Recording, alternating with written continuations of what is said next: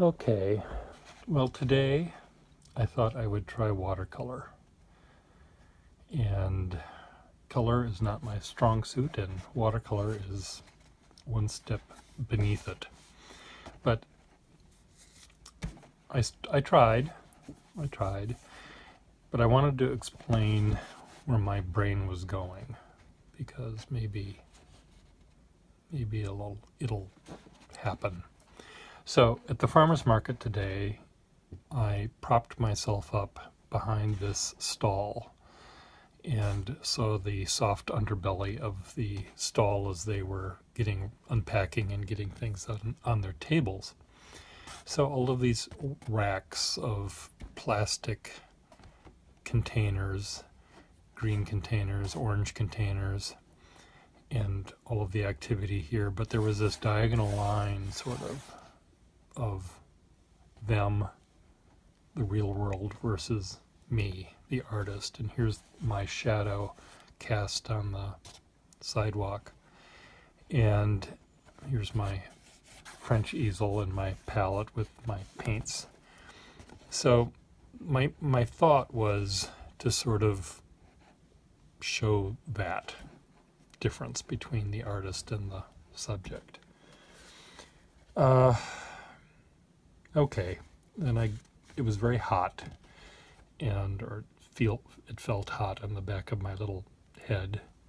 There's my little bald spot right there, and that's where the heat was causing me to have anxiety. So I moved myself over to a different location, and this was, a orange, whatever color that is, orange tent top with all of these orange little cakes and all of these boxes, pastry boxes down here in paper bags and shadows. This is all relatively dark in here, which I didn't convey very well by, of course, not making it dark enough.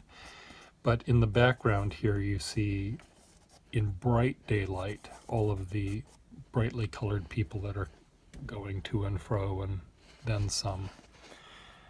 I like this booth because in front of their booth they put down a Middle Eastern carpet, a Persian carpet or an Oriental carpet, some sort of, it was an ikat carpet, I think they're called. And very nice little pattern down here, and they sort of made their shop look more Middle Eastern, like a bazaar in Marrakesh or something. It's hard to have a bazaar in Marrakesh when you have plastic bins. This one was nice because they had actual wooden, woven baskets. But when you have baskets next to green plastique, it sort of ruins the effect. Anyway, at this point I gave up. I thought, I'm going to go back to black and white, which is what I understand, and it matches my mood and my soul. So here is the same table right here with the pastry boxes underneath and the pies that they still had not yet sold. Then I did the same. I just rotated my eye a little bit to the left here and looked up a little bit, and you see the tents in the background. Of course, you can't see the whole picture here because of the camera, but I still hadn't hit my stride. I was still batting poorly. I don't know what. I was not hitting any home runs. I don't know what the batting averages numbers mean. So then I walked over here, and this was getting better. Here was an apple salesman. So these are all apples, and again, wooden boxes in this case, much nicer. Tent, poles, some people trying to buy stuff, shadows of people coming forward. In the background here is the street and a bright light hitting the side of a building there. I think you have to squint to make it happen. Looking toward the toward the right of that booth was a big pile of carrots. These are carrots, by the way. And it was the little stringy bits at the end of the root that were flying off that I was attracted to, because often just the very tip of the carrot and these root things, or whatever they are, flagella coming out, were being hit by the light, and then some of the stalks and some of the greenery of the carrots in their bunches were being seen.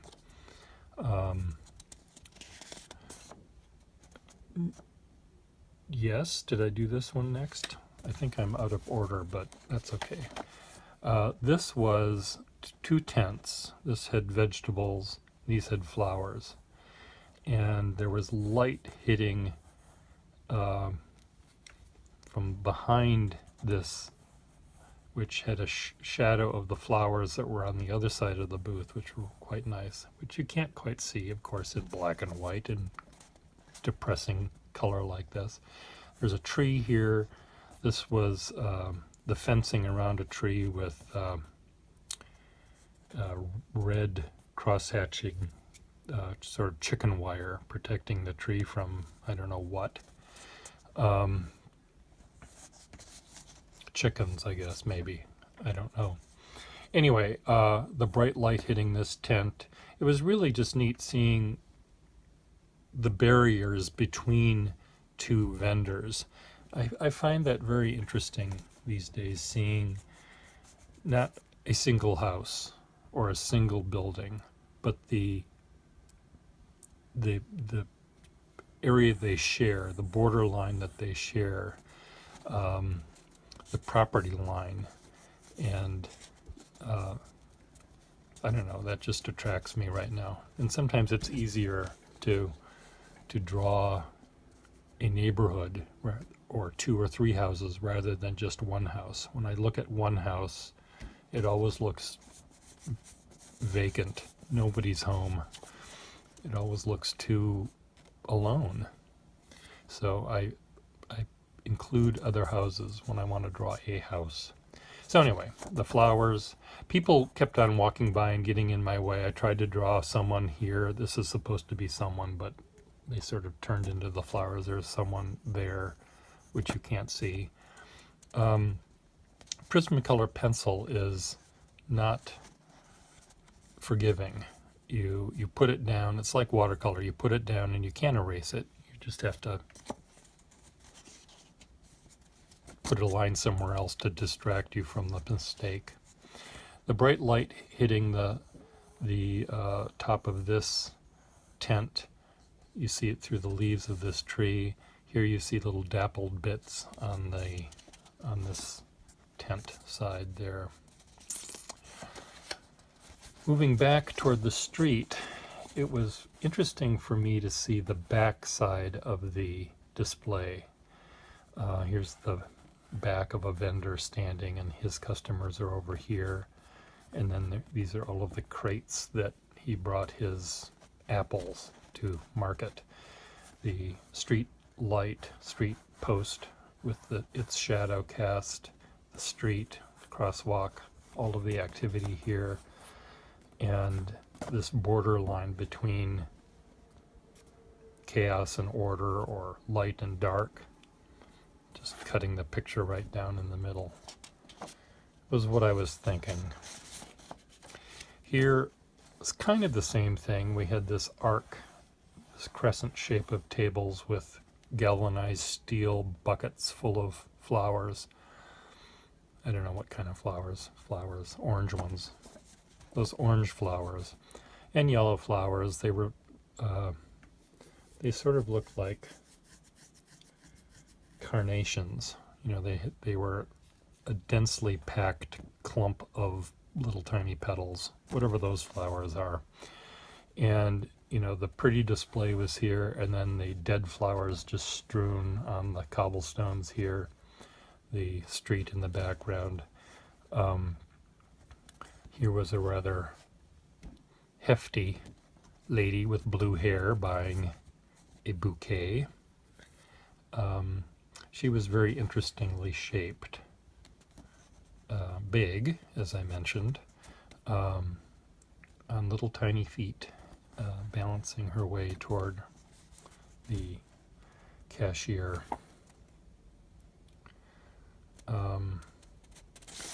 The last drawing I did was this one, and you see the people down here buying their and selling their items. The tents, the city of tents, street post sign here. Trees up the hill, some rooftops of actual houses, and there's the castle at Prospect Hill with the first American flag flown. And I don't know what this was trying to represent, but I just like the chaos. I mean, this is a very chaotic thing going on down here. Then there was this pattern of zigzags, and this line, horizontal line, and a relatively vertical line here, putting order to the confusion. I don't know what it means. It doesn't mean anything. So let's talk about pens. Shall we? In the mail today came these cute little, first of all, you just have to look at the sandwich bags they came in. Now, I don't know what sort of diet I don't go to the grocery store very often, but there's in the Ziploc sandwich bag section, there's this product you can buy. Is this for the licorice stick diet or the breadstick diet? It seems like there's an awful lot of carbon footprintage going on here. But these two pens came in it, so I got an extra treat. I got a brain cell that didn't know these existed, now dedicated to these breadstick Ziploc things. So there you go. Now we'll put them aside. Now they just sort of look like those Freezy Pop things, wrappers, but these have little Ziplocs. These are two desk pens, two Wall Eversharp desk pens. One is cute, it's very small. Thinner, smaller and shorter than the average desk set. I don't know, I've never seen one this small before. The nibs these have are not my usual go-to nib. They are essentially invisible. There we go. They are essentially very narrow stubs. There's a slight stubby quality to it. If you look under the microscope, you'll see it. You know, it just has a slight sharp edge, it appears, and it's not very flexible. You know, if this was a regular standard pointed nib, I'd say, oh wow, this is a really cool, it would be sort of like this nib here. A nice Waterman flexible. If it was one of these nibs, I'd love it. It's not one of those nibs though, it's one of these nibs. Am I using the same? I don't know, they're both about the same. It doesn't have the flexibility of this pen nib, but it does what some people want a stub nib to do, which is to just have little or no flexibility, just maybe a little tiny bit. But it has a nice difference between, not very much of a difference, but a difference that you feel more than you see between the side stroke and the downstroke. And I bet if I look under my loop, no, I'm just telling you a crock of shit. Ignore everything I just said. It's just what do they even say this is? It's a manifold nib, for God's sake. Okay, You don't have to believe anything else, anything I say. It's marked manifold. Yes, the side stroke is a little bit finer than the downstroke, which you'd expect on any pen, almost. If I read it and it said very delicate stub nib pen, I would have believed it. I believe that better, more than manifold. Manifold is a stiff nib, but there is flex here. It's not rigid, but it's not really manifold. I wouldn't call it manifold. Anyway, it's a neat little pen. Makes me want to do certain sorts of writing. Makes me want to sit up straight. My posture is better when I use this pen. This pen, on the other hand, see what this one looks like before I start bad-mouthing it. This is almost identical. It doesn't say that, it just says wall number 2, but it has the same sort of feel to it. And it's very odd in this very dainty pen. This pen feels very thin. It's about as thin as that one, but it feels thinner because it's lighter and it's shorter. It just looks like a pen for a child, a very lucky child. Bertie, I got you a present. Oh, Mom, let me see. It's a wall rosewood desk pen. Goody, goody, goody, says young Bertie as he goes to play tic-tac-toe with it with his friends. Or maybe Bertie is... Move that out of the way. Maybe Bertie is mature for his age and he's going to buy and sell stock. I don't think you can do that, though. You cannot enter in a contract unless you reach your majority. I guess he could still buy and sell stock. He just can't sign documents. Anyway, it feels very light, and I think this nib, the nib that belongs in this pen is one that's more delicate, more like this one, or maybe even a very, very springy, flexible pen. Not really quite sure. This one makes me want to press down hard, and I feel like I'm going to break the pen. This nib is almost identical to this one in terms of how it feels, but because the pen is bigger and fatter, and the nib is actually bigger and fatter, it presents me with a feeling of strength and solidity, and I feel like I can press down harder. This one just makes me want to be very delicate. And I can do that. I can do that delicate thing if I have to. If I really need to, I can be delicate instead of my usual butch self. I can be sensitive.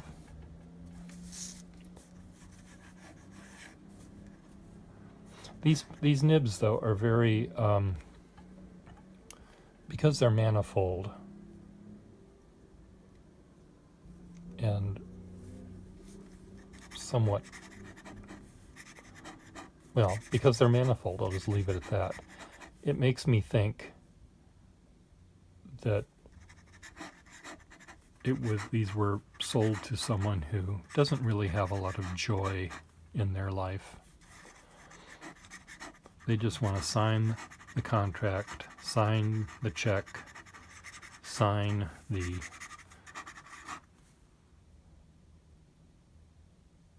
foreclosure announcements that they're going to send off with the tax agent to the farmer.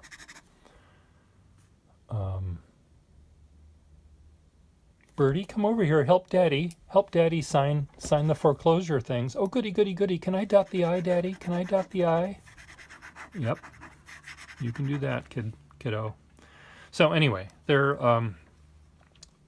very business-like pens. Even if they had flexible nibs, they just look business-like.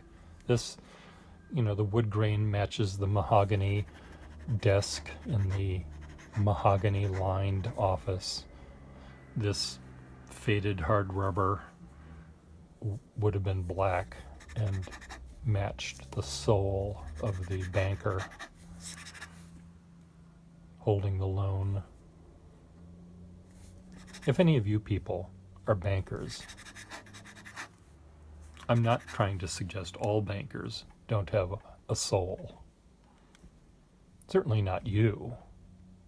You, that banker over there, he doesn't have a soul. Anyway, they're fun to pretend with. I don't think I'd actually use this pen for anything other than pretending to be Mr. Mooney at the bank. Lucille? Yes, Mr. Mooney. I don't think I would use this for anything. Could I actually use this for anything? If I really, really pretend, I can pretend I'm a monk and using a quill-like nib to write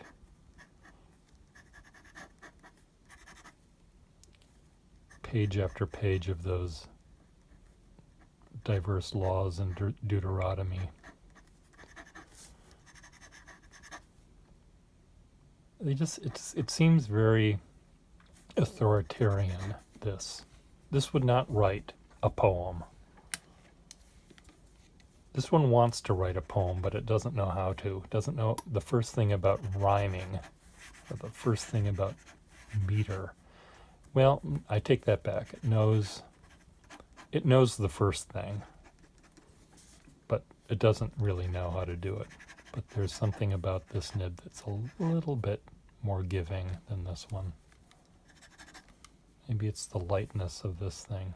This is just very weird. This is a weird thing. It's just so small and so lightweight. It's really an interesting feel.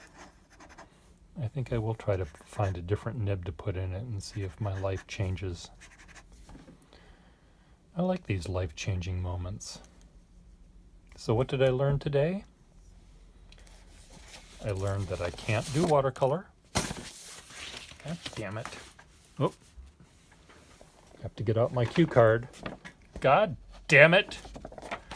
I learned that there are such a thing as breadstick Ziploc diet sandwich bags, or whatever these are actually made for.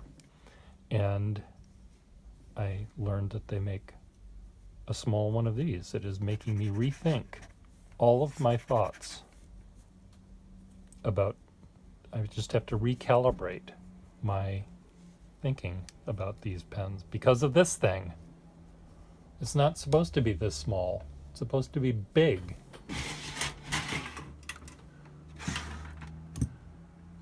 It's supposed to be, no, not supposed to be that. It's supposed to be bigger. No. Well, take my word for it. It's supposed to be bigger. Where are my other desk pens?